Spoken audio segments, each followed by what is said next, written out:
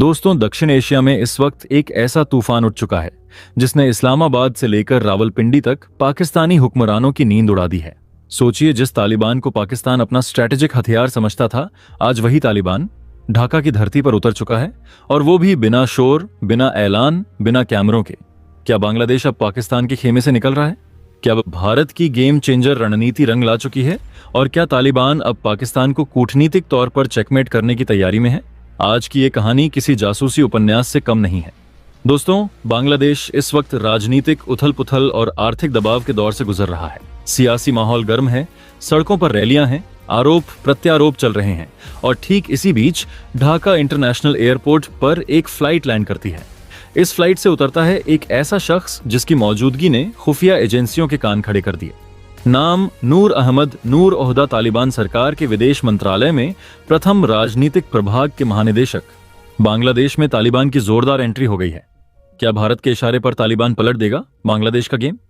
पाकिस्तान के खेमे में मची खलबली। ढाका में तालिबान की सीक्रेट एंट्री से हिल गया पूरा दक्षिण एशिया। डूरन लाइन पर पाकिस्तानी फौज को धूल चटाने के बाद अब बांग्लादेश में तालिबान ने चला है नया कूटनीतिक दांव। चुनाव से ठीक पहले ढाका पहुंचे काबुल के खास दूत। भारत की गेम चेंजर रणनीति का दिखने लगा अब जमीनी असर। पाकिस्तान को अलग थलग करने की बिसात बिछ गई। भारत के एहसानों का बदला चुकाने को क्या तैयार है तालिबान? रूस और चीन के बाद अब बांग्लादेश के दरवाजे पर दस्तक कूटनीति के इस नए अध्याय में भारत की भूमिका पर टिकी दुनिया की नजरें। दोस्तों, दक्षिण एशिया की राजनीति में इस वक्त एक ऐसा बवंडर आया है जिसने इस्लामाबाद से लेकर रावलपिंडी तक पाकिस्तानी हुक्मरानों की नींद उड़ा दी है। जो पाकिस्तान कल तक यह सोचता था कि अफगानिस्तान उसका स्ट्रेटेजिक बैकयार्ड है, जो पाकिस्तान यह मुगालता पाले बैठा था कि तालिबान उसकी उंगलियों पर नाचेगा, आज उसी पाकिस्तान के पैरों तले जमीन खिसक चुकी है। दक्षिण एशिया की राजनीति के कैनवास पर इन दिनों जो तस्वीर उभर रही है वह जितनी रहस्यमयी है उतनी ही विस्फोटक भी। और इस पूरी कहानी के केंद्र में एक ऐसा घटनाक्रम है जिसने नई दिल्ली से लेकर बीजिंग, मॉस्को, काबुल, ढाका और सबसे ज्यादा इस्लामाबाद तक की रणनीतिक नसों में तनाव भर दिया है। बांग्लादेश की धरती पर तालिबान की कथित सीक्रेट एंट्री कोई साधारण कूटनीतिक यात्रा नहीं, बल्कि उस बदलते शक्ति संतुलन का संकेत है जिसमें भारत की भूमिका अब परोक्ष नहीं बल्कि निर्णायक होती जा रही है। पाकिस्तान, जो दशकों से यह मानकर चलता रहा कि अफगानिस्तान उसका रणनीतिक पिछवाड़ा है, कि तालिबान उसकी खुफिया एजेंसी की उंगलियों पर नाचने वाला मोहरा है, आज उसी भ्रम के टूटने की पीड़ा से गुजर रहा है। डूरन लाइन पर तालिबान और पाकिस्तान के बीच बढ़ती झड़पें पहले ही यह संकेत दे चुकी थीं कि काबुल अब इस्लामाबाद के आदेशों का पालन करने के मूड में नहीं है। लेकिन अब ढाका में तालिबान के शीर्ष विदेश नीति प्रतिनिधि की मौजूदगी ने इस टकराव को एक नए, कहीं ज्यादा खतरनाक और व्यापक कूटनीतिक आयाम में पहुंचा दिया है। बांग्लादेश, जहां चुनाव से पहले राजनीतिक अस्थिरता, विपक्षी आंदोलनों, आर्थिक दबाव और अंतरराष्ट्रीय ताकतों की निगाहें पहले से टिकी हुई हैं, वहां अचानक काबुल से आए खास दूत की एंट्री सवालों का तूफान खड़ा कर देती है। क्या यह महज एक निजी यात्रा है, या फिर पर्दे के पीछे कोई ऐसा रणनीतिक शतरंज बिछाया जा चुका है जिसका निशाना सीधा पाकिस्तान है?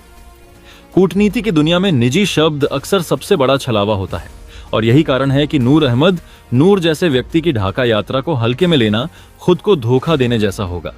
यह वही तालिबान है जिसने हाल के वर्षों में भारत के साथ अपने रिश्तों को चुपचाप लेकिन बेहद सधे हुए तरीके से नए सिरे से परिभाषित किया है। भारत द्वारा भेजी गई मानवीय मदद, गेहूं, दवाइयां, मेडिकल सहायता और कूटनीतिक संवाद ने काबुल में एक ऐसी सकारात्मक छवि बनाई है जिसने तालिबान नेतृत्व को यह सोचने पर मजबूर किया कि क्षेत्रीय संतुलन में भारत को नजरअंदाज करना अब संभव नहीं। दूसरी ओर पाकिस्तान की स्थिति लगातार कमजोर होती गई है। आंतरिक राजनीतिक संकट, आर्थिक दिवालियापन की कगार, बलूचिस्तान और खैबर पख्तूनख्वा में असंतोष और सेना व सियासत के बीच बढ़ती खाई ने इस्लामाबाद की विदेश नीति की धार कुंद कर दी है। ऐसे में अगर तालिबान बांग्लादेश जैसे देश के साथ संपर्क बढ़ाता है तो यह केवल द्विपक्षीय संबंधों का मामला नहीं रह जाता, बल्कि यह पूरे दक्षिण एशिया में पाकिस्तान की कूटनीतिक घेराबंदी का संकेत बन जाता है। बांग्लादेश, जिसने पिछले एक दशक में खुद को आर्थिक रूप से मजबूत किया है, जो भारत के साथ कनेक्टिविटी, व्यापार और सुरक्षा सहयोग में अहम भूमिका निभा रहा है, और जो चीन व पश्चिम दोनों के साथ संतुलन साधने की कोशिश में है, अगर तालिबान के साथ संवाद का रास्ता खोलता है तो यह पाकिस्तान के लिए दोहरी चोट होगी। एक तरफ उसका अफगान प्रभाव खत्म, दूसरी तरफ दक्षिण एशिया में उसका कथित इस्लामी नेतृत्व का दावा कमजोर। यहां भारत की गेम चेंजर रणनीति साफ दिखाई देती है। बिना शोर किए, बिना किसी सैन्य हस्तक्षेप के, सॉफ्ट पावर, मानवीय सहायता और शांत कूटनीति के जरिए काबुल में भरोसा बनाना और फिर उसी भरोसे का असर पूरे क्षेत्र में महसूस होना। रूस और चीन पहले ही तालिबान के साथ अपने अपने हित साधने में लगे हैं, लेकिन भारत की खासियत यह है कि उसने अफगान जनता के स्तर पर निवेश किया है, न कि केवल सत्ता के गलियारों में। यही कारण है कि जब तालिबान आज पाकिस्तान को आंखें दिखाने की स्थिति में है, तो उसके आत्मविश्वास के पीछे कहीं न कहीं भारत के साथ बने उस नए समीकरण की छाया भी दिखाई देती है। ढाका में तालिबान दूत की मौजूदगी चुनावी राजनीति से भी जुड़ती है। क्या बांग्लादेश की सत्तारूढ़ जमात क्षेत्रीय समर्थन और नए विकल्प तलाश रही है? क्या वह यह संदेश देना चाहती है कि वह केवल एक खेमे पर निर्भर नहीं, बल्कि हर उस शक्ति से बात कर सकती है जो उसके हित में हो? और अगर ऐसा है, तो पाकिस्तान की पारंपरिक रणनीति, जिसमें वह इस्लामी एकजुटता के नाम पर दक्षिण एशिया में प्रभाव जमाने की कोशिश करता रहा है, पूरी तरह ध्वस्त होती नजर आती है। सबसे दिलचस्प सवाल यही है कि क्या तालिबान यह सब भारत के एहसानों का बदला चुकाने के तौर पर कर रहा है, या फिर यह उसकी अपनी स्वतंत्र विदेश नीति का स्वाभाविक विस्तार है? शायद दोनों। तालिबान अब समझ चुका है कि पाकिस्तान के साथ अत्यधिक नजदीकी ने उसे अंतर्राष्ट्रीय स्तर पर अलग थलग किया, जबकि भारत जैसे देश के साथ संतुलित संबंध उसे वैधता, आर्थिक अवसर और क्षेत्रीय स्वीकार्यता दिला सकते हैं। पाकिस्तान के खेमे में मची खलबली इसी डर से है कि कहीं यह नया गठजोड़ उसकी रणनीतिक गहराई की आखिरी कील न ठोक दे। डूरन लाइन पर सैन्य दबाव और अब कूटनीतिक मोर्चे पर घेराबंदी, यह दो तरफा हमला पाकिस्तान के लिए असहनीय साबित हो सकता है। दक्षिण एशिया आज एक ऐसे मोड़ पर खड़ा है जहां पुराने दोस्त दुश्मन बन रहे हैं और पुराने दुश्मन नए साझेदार, और इस पूरे भू राजनीतिक नाटक में भारत एक शांत लेकिन बेहद असरदार सूत्रधार की भूमिका निभाता दिख रहा है। दुनिया की नजरें इसी पर टिकी हैं कि क्या ढाका में हुई यह मुलाकात एक क्षणिक घटना थी, या फिर उस नए अध्याय की शुरुआत जिसमें तालिबान, बांग्लादेश और भारत की त्रिकोणीय समझ पाकिस्तान को क्षेत्रीय राजनीति में हाशिए पर धकेल देगी। और अगर ऐसा हुआ तो दक्षिण एशिया की राजनीति वैसी कभी नहीं रहेगी जैसी उसे हम अब तक जानते आए हैं। बांग्लादेश, जहां राजनीतिक उथल पुथल और आर्थिक दबाव का दौर चल रहा है, जहां का सियासी पारा पहले से ही 7वें आसमान पर है, वहां अचानक एक ऐसी एंट्री हुई है जिसने भू राजनीति के सारे समीकरणों को हिलाकर रख दिया है। यह कोई आम मेहमान नहीं है। यह काबुल की मौजूदा सरकार यानी तालिबान का वो शीर्ष अधिकारी है जिसकी विदेश नीति के गलियारों में तूती बोलती है। खबर बेहद चौंकाने वाली है। नूर अहमद नूर, जो तालिबान विदेश मंत्रालय के एक बड़े ओहदेदार हैं, वह चुपचाप बिना किसी सरकारी शोर शराबे के ढाका पहुंच जाते हैं। यह यात्रा निजी बताई जा रही है, लेकिन कूटनीति की दुनिया में कुछ भी निजी नहीं होता। सवाल यह है कि जब बांग्लादेश में राजनीतिक अनिश्चितता और औद्योगिक तनाव का माहौल है, ठीक उसी वक्त तालिबान का एक बड़ा चेहरा वहां क्या कर रहा है? क्या यह भारत की उस सॉफ्ट पावर का असर है जिसने काबुल में गेहूं और दवाइयां भेजकर वहां के लोगों का दिल जीता है? क्या तालिबान अब पाकिस्तान को घेरने के लिए बांग्लादेश के साथ कोई नया गठजोड़ बना रहा है?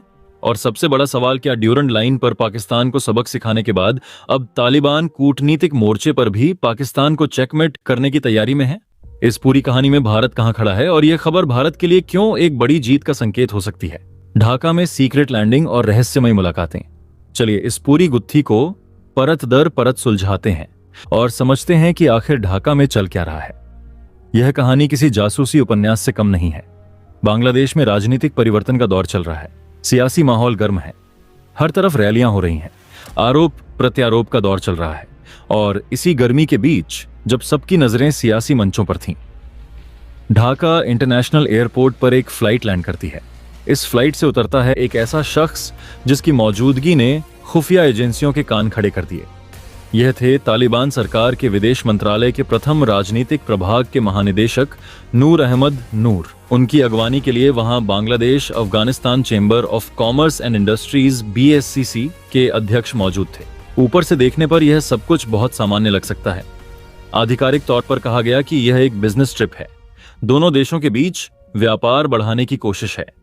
लेकिन रुकिए, अगर यह सिर्फ व्यापारिक दौरा था तो नूर अहमद नूर ने ढाका के मदरसों का रुख क्यों किया? उन्होंने वहां के कट्टरपंथी माने जाने वाले संगठनों के नेताओं से बंद कमरे में मुलाकातें क्यों की? व्यापार की बातें तो चेंबर ऑफ कॉमर्स के दफ्तरों में होती हैं, आलीशान होटलों के कॉन्फ्रेंस हॉल में होती हैं। मदरसों की बंद दीवारों के पीछे कौन सा व्यापारिक समझौता हो रहा था? यह वो सवाल है जिसने रावलपिंडी में बैठे जनरलों की धड़कनें बढ़ा दी हैं। खबरों के मुताबिक नूर अहमद नूर ने बांग्लादेश खिलाफत मसलिश के अमीर और चर्चित नेता मौलाना मामुनुल हक से मुलाकात की, जो एक बड़ी मुस्लिम आबादी वाला देश है, उसके लिए एक मददगार साबित हो सकता है। लेकिन इस पूरी तस्वीर में पाकिस्तान का कहीं नामो निशान नहीं है, और यही बात पाकिस्तान को सबसे ज्यादा चुभ रही है। नूर अहमद नूर का प्रोफाइल साधारण नहीं है। वो तालिबान की विदेश नीति तय करने वाले कोर ग्रुप का हिस्सा हैं। उनका काम है दुनिया भर में घूमकर तालिबान सरकार के लिए समर्थन जुटाना। ऐसे हाई प्रोफाइल व्यक्ति का निजी दौरा कहकर पल्ला झाड़ लेना गले नहीं उतरता। यह साफ संकेत है कि दक्षिण एशिया में कुछ बहुत बड़ा पक रहा है, जिसकी भनक आम लोगों को अभी तक नहीं लगी है।